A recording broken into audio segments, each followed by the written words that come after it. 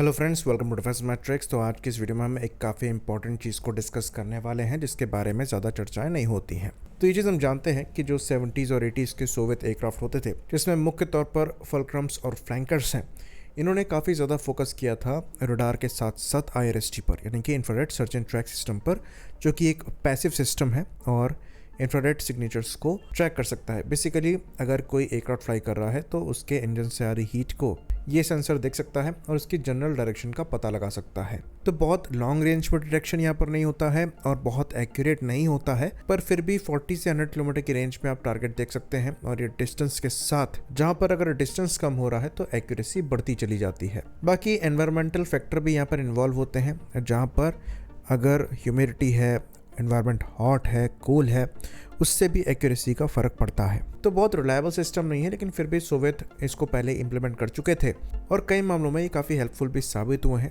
खासकर उस एनवायरनमेंट में जहाँ पर सिग्नल जैमिंग करी जा रही हो और आपका fire control radar effectively target को डिटेक्ट ना कर पाए।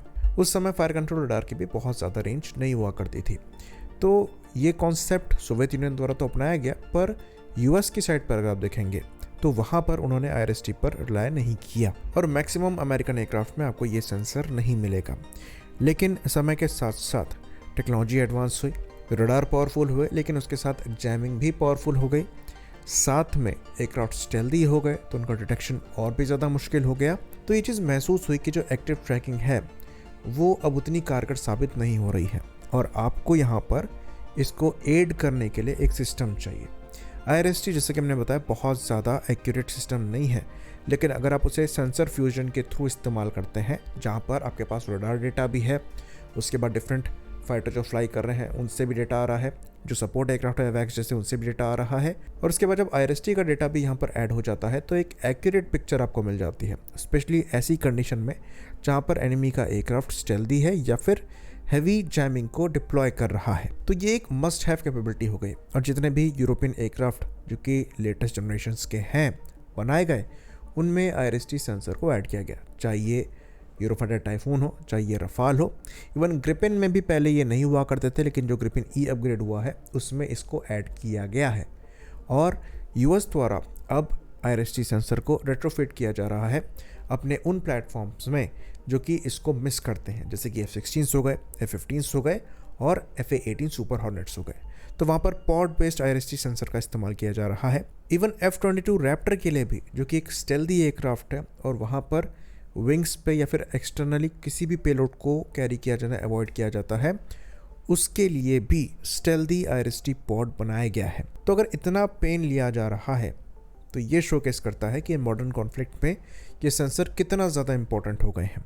इवन US नेवी द्वारा हाल ही में ब्लॉक 2 के IRST-21 infrared search and track sensor के ऑर्डर दिए गए करीबन $233 मिलियन के, और ये कोई बहुत अच्छा इंप्लीमेंटेशन नहीं है। या ड्रॉप टैंक में IRST सेंसर को लगाया गया है, लेकिन ये इतना ज़्यादा इंपॉर्टेंट हो गए हैं कि इनको इस कन्फिग्रेशन में भी एक्सेप्ट किया जा रहा है और इनके ऑर्डर दिए जा रहे हैं।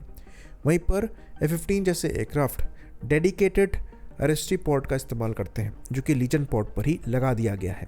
F-16 के साथ भी सिमिलर चीज़ करी जा रही है।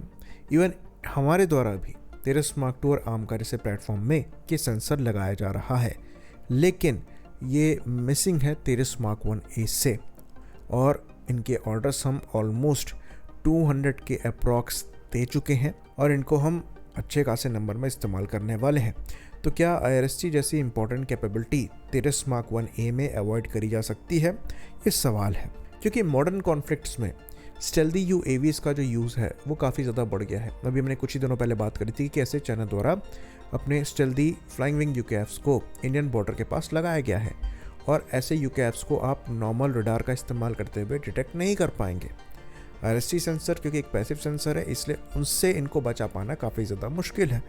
तो एज अ स्टैंडर्ड अब ये सेंसर्स होने चाहिए। ऑल्दो हमारे द्वारा इन सेंसर्स को बनाया भी जा रहा है, हम तेरस मार्क 2 में और इवन Su-30 MKI में भी डोमेस्टिक IRST सेंसर का इस्तेमाल करेंगे, लेकिन तेरस मार्क 1A में इनका ना होना एक बड़ा मिस है। इसके साथ मॉज यानी कि मिसाइल पोजिशनिंग सेंसर का भी ना होना एक बड़ा मिस है, लेकिन ऑफेंसिव कैपेबिलिटी के हिसाब से IRST एक मस्ट हैव कैपेबिलिटी आजकल के कॉन्फ्लिक्ट के लिए हो गई है। तो नोज कोन में इनको रेट्रोफिट कर पाना थोड़ा मुश्किल होगा, ऑल्दो तेरस मार्क 2 के लिए ये चीज़ हम कर रहे हैं, लेकिन अगर हम नोज कोन पे नहीं लगा पाते हैं तो हमें कोशिश करनी चाहिए कि एक पॉड बेस्ड IRST सेंसर जो है हम डेफिनेटली इंट्रोड्यूस कराएं, जहां पर जो डेडिकेटेड लाइटनिंग टारगेटिंग पॉड का हार्ड पॉइंट दिया गया है उसको एयर टू एयर मिशन के दौरान IRST पॉड से लैस किया जाए, और इस पर हमें डेफिनेटली काम करना चाहिए। तो ये कैपेबिलिटी सेंसर फ्यूजन के साथ काफ़ी ज़्यादा क्रूशल हो जाएगी, और तेजस मार्क 1A से ये एक बड़ा मिस है, पर इसको सॉर्ट किया जा सकता है। एयर टू एयर मिशन के दौरान आपको वैसे भी टारगेटिंग पॉड्स नहीं चाहिए, आप वहाँ पर IRST सेंसर्स का इस्तेमाल करते हुए इनकी air to air combat capability को इम्प्रूव कर सकते हैं। होपफुली इस चीज़ पर विचार किया जाए और इस डायरेक्शन में हम काम करें। आई होप इन्फॉर्मेशन यहाँ पर क्लियर रही हो। इसी बात पर इस वीडियो को हम ख़त्म करेंगे। लाइक करिए, सब्सक्राइब करिए। जय हिंद।